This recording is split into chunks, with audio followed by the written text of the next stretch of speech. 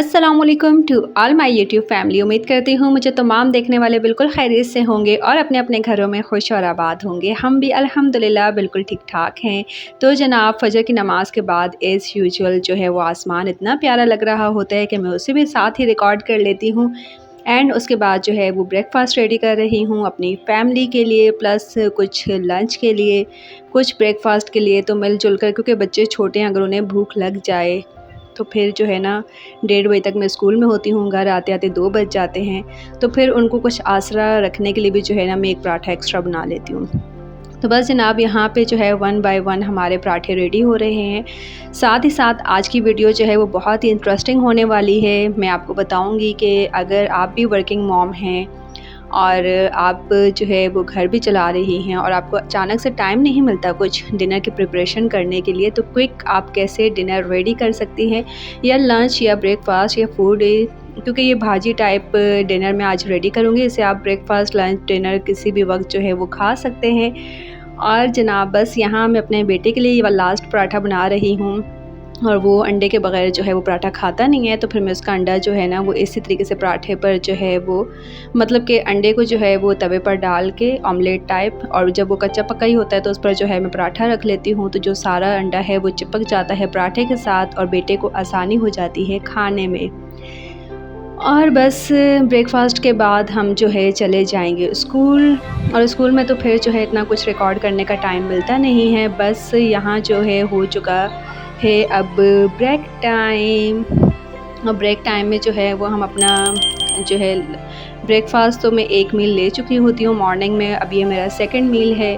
और ये मेरा अपना नहीं है एक्चुअली, ये भी किसी और टीचर ने लेकर आई हैं और मैं उनके साथ शेयर कर रही हूँ। जितने भी मैं आप लोगों को अपने जो है ना स्कूल के फूड दिखाती हूँ, तो वो अभी तक तो यही हो रहा है कि मैं किसी न किसी का शेयर कर रही होती हूँ और अपना किसी न किसी को करवा रही होती हूँ। तो मेरा तो जो रात में डिनर बनता है आप लोग देख ही लेते हैं, बट मेरा कुछ अच्छा खाने का मूड हो तो कोई ना कोई टीचर जो है वो मेरा ख़्याल रख लेती है अल्हम्दुलिल्लाह। तो बस अब जी जनाब यहाँ हो गया था छुट्टी का टाइम और हम जा रहे थे घरों को। कितने में रिसीव हुआ मुझे मेरा पार्सल कि मेरे जो ड्रेस हैं वो स्टिच होकर आ चुके हैं।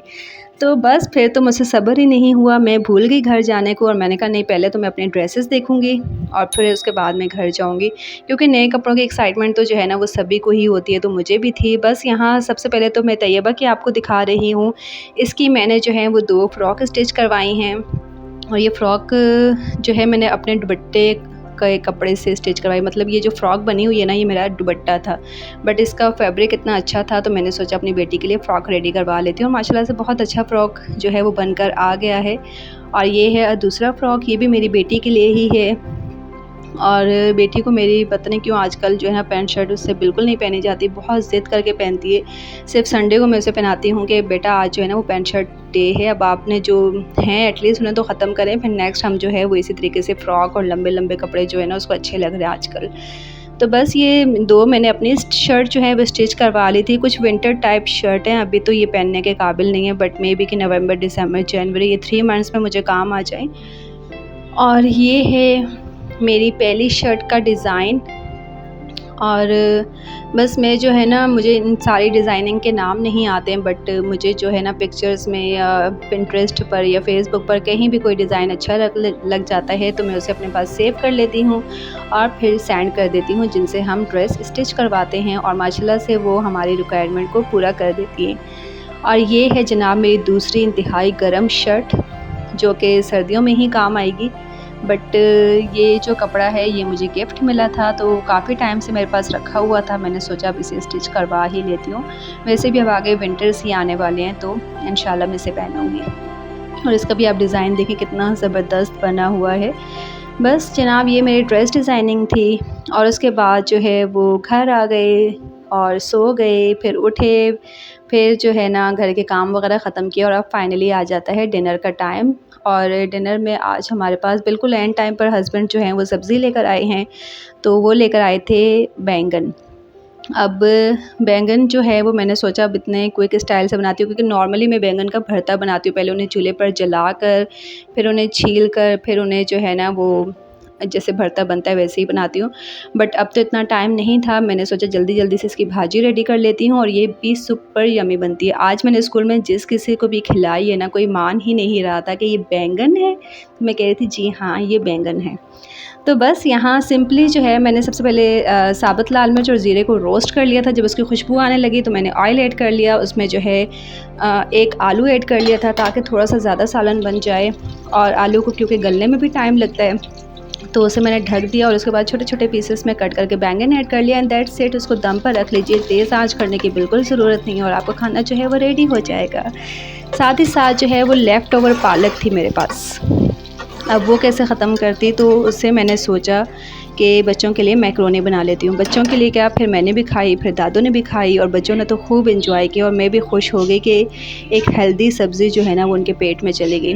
पालक से भर भर के मैक्रोनी जो है ना वो उस पर लगी हुई थी और वो उन्होंने खा ली।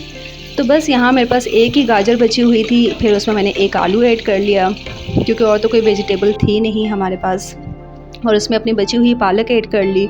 जब ये अच्छी तरीके से भून गई तो मैंने उबली हुई मैक्रोनी जो है वो इसमें ऐड करके और इसे मिक्स कर दिया और बस बच्चों ने इसे खूब एंजॉय किया। और ये देखिए हमारी जो है आलू बैंगन की भाजी भी बिल्कुल रेडी है और इतनी यम्मी है।